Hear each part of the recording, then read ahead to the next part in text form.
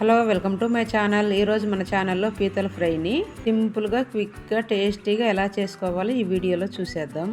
నేను 1/2 kg పీతలు తీసుకున్నాను. శుభ్రంగా 2-3 సార్లు సాల్ట్ వేసుకొని శుభ్రంగా కడుక్కోవాలి.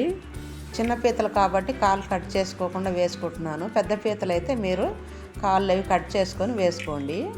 ఈ పీతల ఫ్రైకి మసాలా రెడీ చేసుకుందాము.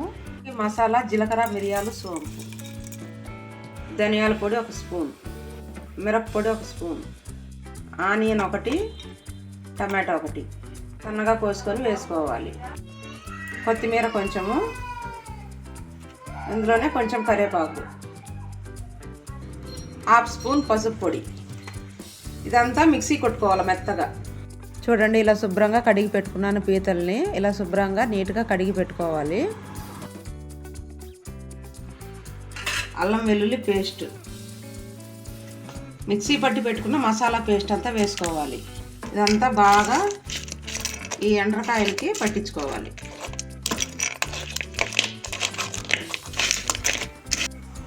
ఇప్పుడు గ్యాస్ వెలిగించుకొని ప్యాన్ గ్యాస్ మీద పెట్టుకోవాలి. ఇప్పుడు ఇందులోకి కొంచెం ఆయిల్ వేసుకుందాము.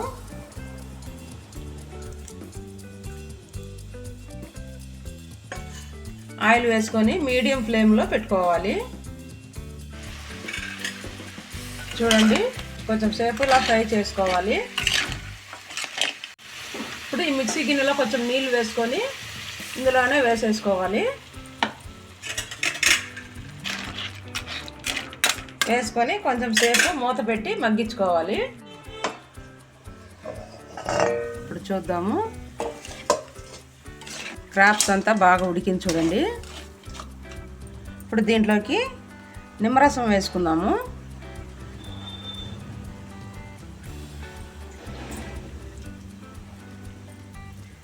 నేను అర్ధప్పు వేసుకుంటున్నాను.